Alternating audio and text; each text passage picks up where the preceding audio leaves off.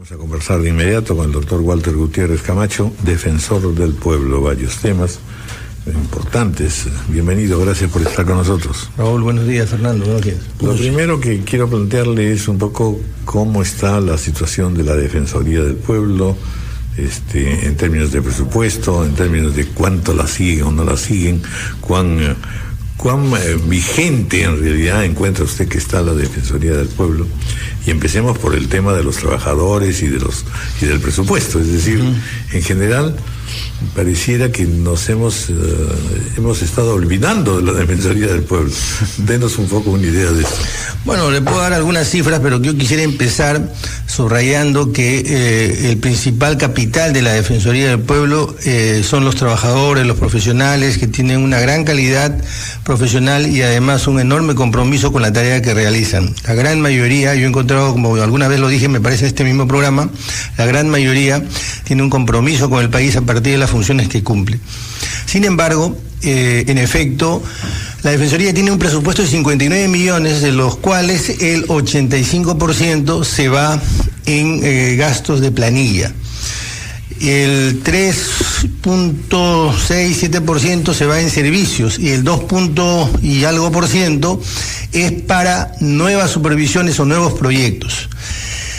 Este es un tema que de cara al futuro hay que corregir. Es una institución que tiene que en el camino desarrollar indicadores de gestión, tiene que modernizarse. Cerca del 30% de sus espacios físicos se dedican a almacenar papel. Esta no es una problemática, digamos, exclusiva de la Defensoría. Basta mirar el resto del Estado para darse cuenta que sucede lo mismo. Entonces no tenemos, digamos, software de digitalización de documentos. Ya esta gestión este año va a digitalizar todo el 2017 y 2 años hacia atrás, de suerte que en pocos años podamos tener 10 o 15 años digitalizado.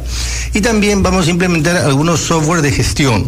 De hecho, le puedo anunciar que en estos 3 meses que han pasado, la productividad, y esto está en cifras, de atención de casos ha aumentado respecto de los periodos anteriores. Vuelvo a subrayar el hecho de que lo principal en la Defensoría es su capital humano. Yo venía a contarles algunos casos exitosos de la Defensoría, pero también algunas tareas que pretende hacer la Defensoría. Y me preguntaba, mientras venía aquí, ¿cuál de tantas cosas que vamos a hacer la pongo por delante? Y quería poner las supervisiones de justicia por delante, por el caso Odebrecht, por ejemplo, porque este caso va a poner a prueba todo el sistema de justicia, fiscales, jueces, procuradores y desde luego también la policía. Creo que se cae de maduro que va a ser muy difícil que el sistema de justicia pueda encarar un caso tan complejo como eso, aterrizando a temas concretos. ¿Por qué los juicios duran tanto en el ámbito penal? ¿Por qué prescriben y hay toda esta sensación de impunidad? Uno de los grandes temas, uno de los grandes problemas es el peritaje.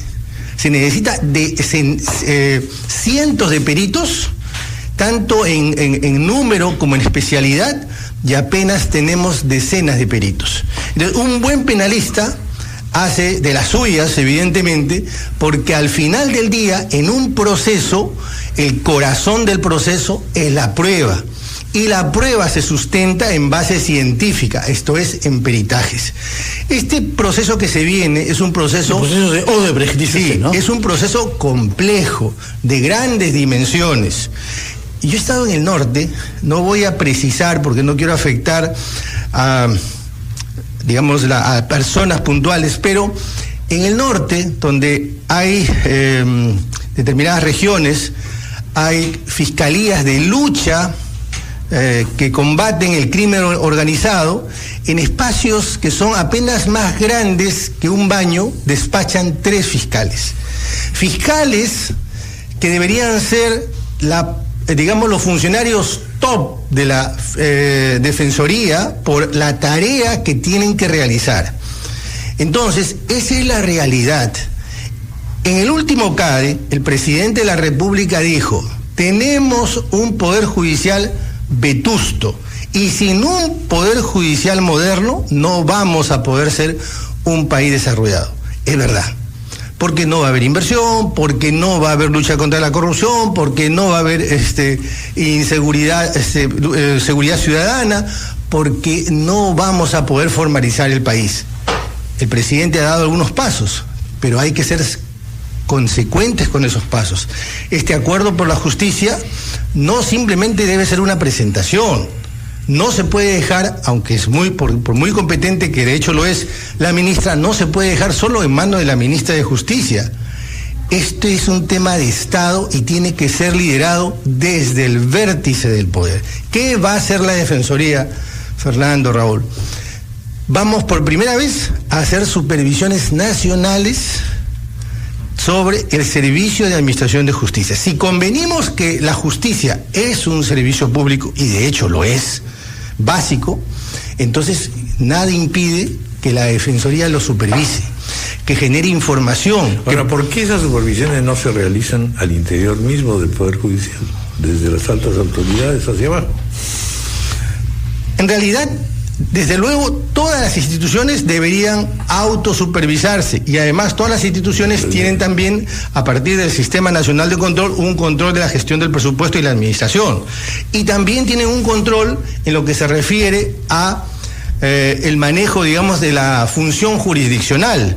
Esto es a través del Consejo Nacional de la Magistratura, ex post, no ex ante, porque en el expediente mismo no se puede hacer. La OCMA, las ODECMAS, desde luego, esta función se tiene que cumplir. Pero la Defensoría está pensada... Lo que nos está diciendo, pues, es que efectivamente hay una serie de sistemas y de funcionamiento de cosas que no están en realidad adecuadas, porque nuestro sistema judicial anda pésimo, ¿no es cierto? Entonces, todos estos valores de supervisiones, de constataciones, de investigaciones, en realidad son organismos fantasmas de alguna manera, o no se dan abasto, o simplemente no cumplen con su función. Probablemente todas las cosas juntas, pero una institución tiene que evidenciarlas.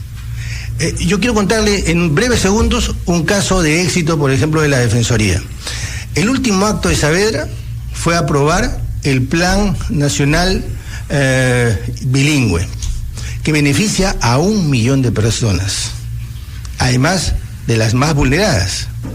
Este Plan Nacional Bilingüe es producto de recomendaciones, de seguimiento de la Defensoría. Las supervisiones, el seguimiento, las recomendaciones de la Defensoría sí sirven. Y se ha hecho, no en esta gestión, en años anteriores, y se ha continuado. Pero ¿qué va a suceder? Va a suceder lo siguiente: probablemente naufrague, fracase ese plan, porque a la Defensoría no se le ha asignado un sol para hacerle el seguimiento. Un sol, porque hace un momento acabo de decir... Pero vuelvo a decirlo, y me parece pues extrañísimo, en realidad, que el propio Ministerio de Educación no pueda supervisar su Plan Nacional de Educación Bilingüe.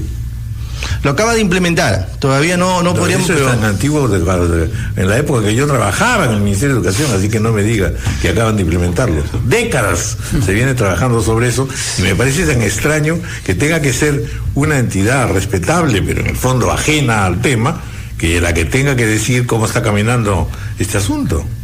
En realidad, desde el punto de vista del diseño constitucional, esa es la función de la Defensoría, estar desde afuera haciendo estos planteamientos, estos seguimientos. En función de la perspectiva pública, de la opinión pública. Claro, porque la Defensoría tiene un mandato ciudadano para poder supervisar todo esto. Pero para regresar al tema de justicia, la primera tarea es poner en blanco y negro cuáles son esos indicadores a partir de los cuales vamos a medir la justicia. El país tiene que conocer la justicia: transparencia, carga, descarga, grado de tecnología, capacidad, independencia, autonomía. Plazo de los procesos. Plazo, los procesos. Mire, aquí mismo me parece hace cerca de un año les comenté un caso que llevaba 50 y tantos años, se había resuelto en 4 años, pero su ejecución duraba ya 40 y tantos más. Entonces, es impresionante. El mismo caso Utopía, que ya tiene sentencia, pero que no se puede ejecutar porque hay todo un mal uso de las garantías constitucionales. Vamos a hacer una pausa y continuamos.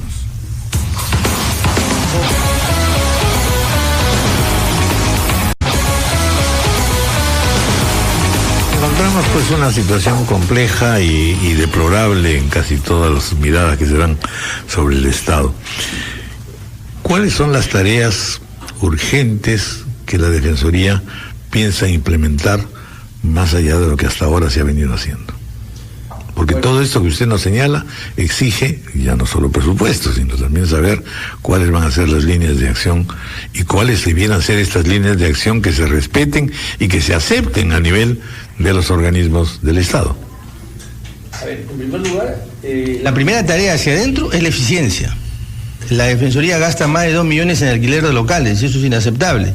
La Defensoría... A nivel nacional. A nivel nacional. 50 oficinas, ¿no? Tiene 38 oficinas, sí. Bueno, esto es perfectamente posible. Como dije hace un momento, el 30% de los espacios están ocupados en papel y no tenemos sistema de captura de información digital de los informes que producimos. Entonces vamos a ser eficientes y creo que con los recursos que tenemos podemos empezar. Y de hecho vamos a pedirle al Estado que nos mida y que nos vaya dando poco a poco presupuesto en función de nuestra productividad. ¿Cuáles son las líneas? Salud. Es fundamental el tema de salud. No solamente la parte pública, sino también la privada. Educación. ¿Por qué educación? Y sobre todo educación pública. Hay que continuar con todo lo bueno que se ha hecho en el sector salud. No se puede detener. Esto es básico porque la educación es un mecanismo de igualación, probablemente el más eficiente mecanismo de igualación de oportunidades, y el Estado no puede renunciar a tener una educación de calidad. Y desde luego, desde ya anuncio que vamos a hacer una supervisión a las universidades también.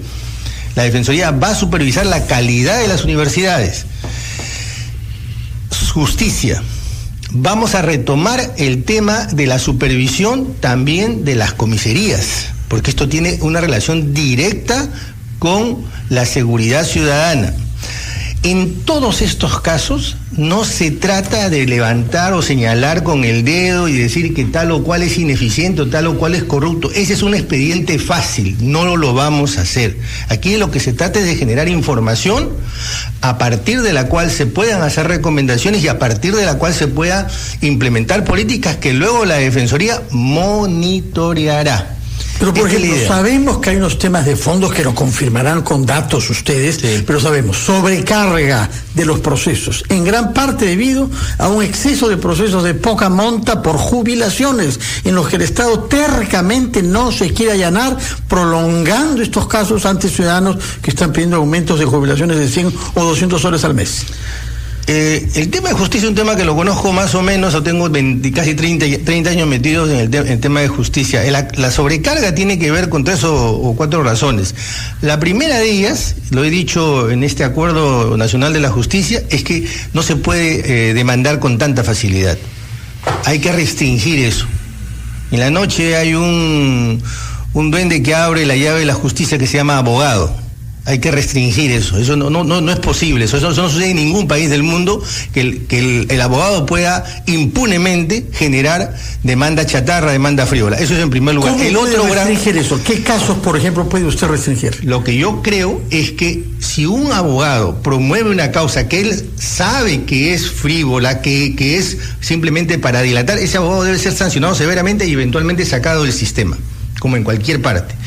El otro gran litigante es el Estado, como usted bien ha señalado, y es un litigante perverso, porque en el caso de la ONP, en el caso pensionario, es prácticamente criminal porque se paga abogados y se paga más abogados de la pensión que finalmente que debe pagar. He conversado con vocales que tienen que ver con estos temas directamente y ellos mismos están muy incómodos, pero no tienen alternativa. Y me dicen que muchos ancianos mueren en el proceso, ellos saben que tienen razón y finalmente no van a poder gozar de ese plus o de esa pensión. Esto se puede corregir, ya mismo debiera corregir. Ya hay un parlamentario que me parece que es el congresista del Castillo que ha señalado directamente este tema. Y el otro tema es que tenemos que mirar el tema tecnológico. No es posible que Ecuador esté más avanzado que nosotros en lo que se refiere a expediente digital, notificaciones electrónicas. Entonces, son 3 temas que no se necesita gran presupuesto, yo diría prácticamente nada de presupuesto para evitar que se abra el caño de la justicia. Se gasta más justamente en ineficiencia. En ineficiencia, ¿sí? Bueno, insisto entonces en las líneas de trabajo que son fundamentales. Primero, tiene usted que va a contar con el apoyo, supongo, del Congreso en una buena proporción, pero también ahí hay que tener en cuenta antipatías e intereses también muy fuertes. En general, el Estado burocrático, tiene todas las mañas y los artes posibles para defenderse y que no pase nada, que no cambie nada. Eso es un tema, por eso es que yo tengo la impresión que con todos los valores que encierra y toda la gente que ha desfilado en la Defensoría del Pueblo, gente de primer nivel, Jorge Santisteban hizo algo fundacional, extraordinario, etcétera. Sin embargo, el Estado mismo se encarga de que la Defensoría pierda eficacia, sea inocua, en otras palabras. No sé si exagero, pero en todo caso, eso tiene que ser dicho así con esa franqueza para poder a partir de eso insistir y defender en las tareas de Defensoría del Pueblo. Es verdad que en los últimos años la Defensoría, no tanto por la Defensoría ni por quien condujo la institución, sino básicamente por el gobierno, el Ejecutivo, el propio Parlamento, se trató de desinflar a la Defensoría.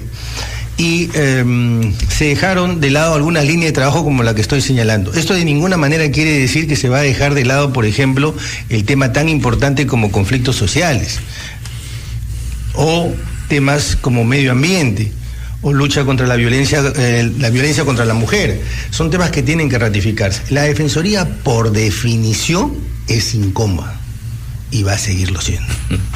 Señor defensor, usted comenzó mencionando también el tema de la corrupción frente a la justicia y dijo algo que es grave, que los buenos peritos, que los buenos contadores, que los buenos abogados defienden a las empresas corruptoras y frente a ellos el Estado tiene un personal mucho menos cualificado. ¿Qué se puede hacer? ¿Qué propone la Defensoría? Fernando, yo no he dicho exactamente eso, que los buenos abogados...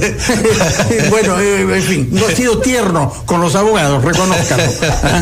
No, ellos me conocen, saben que yo frontalmente digo las cosas como son. Lo que he dicho es que la paridad de armas supone que el Estado tenga también la cantidad de peritos en número y en calidad y en especialidad. Mire, le voy a dar otro dato.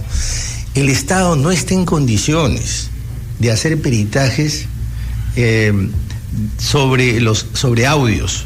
No tiene la tecnología. Por eso, un buen abogado está en su garbanzal cuando eso sucede. Necesitamos poner al Estado en la justicia en paridad de armas para que pueda llegarse a buen término en todo lo que es un proceso penal, un proceso judicial. Bueno, tenemos un punto de vista concreto, una perspectiva concreta que, sobre todo el tiempo que nos gana, se ha creado la mesa de diálogo para saber todo el tema del laboral dentro de la propia Defensoría. Hay huelgas, paros, protestas, en fin. ¿Qué se va a hacer? No hay huelgas ni hay paros. Han habido unos lo que se llaman plantones, con todo derecho los trabajadores. Nosotros preanuncios. Sí, bueno, ayer ha habido una reunión entre una comisión de la dirección de la Defensoría, de la alta dirección y los trabajadores, y según el informe que se me ha dado es muy, muy auspicioso. Nosotros como promotores del diálogo vamos a apelar al diálogo. Somos la institución que más ha renovado en todo el Estado los contratos. La que más ha renovado. ¿Renovado en el sentido? De los CAS, porque hay otras instituciones que no han renovado 400, 500 personas. Es decir, que han dejado de pertenecer a la institución. Y a propósito de lo que usted dice, que la Defensoría tiene personas que aprovechan determinadas circunstancias porque la sienten incómoda o porque no les gusta la línea que va a empezar a desarrollar, a nosotros hay algunos medios que nos dedican decenas de páginas, y mientras en Salaberry hay o en otros lugares hay cientos de personas, no le dedican ni 2 centímetros de noticia. Esto revela seguramente algún sobreinterés en la Defensoría, pero yo le puedo garantizar que el clima laboral en la Defensoría ha regresado a su nivel. ¿Y va a reducirse el número de personal? No es que va a reducir, simplemente a un grupo muy pequeño que son 39 personas, no se les ha podido renovar el contrato. ¿Por qué? Es un tema de presupuesto, necesitamos más presupuesto. Bueno, muy bien. Muchas gracias, como siempre, doctor Walter Gutiérrez, y gracias, la verdad que le espera una larga tarea. No nos vamos a arredrar.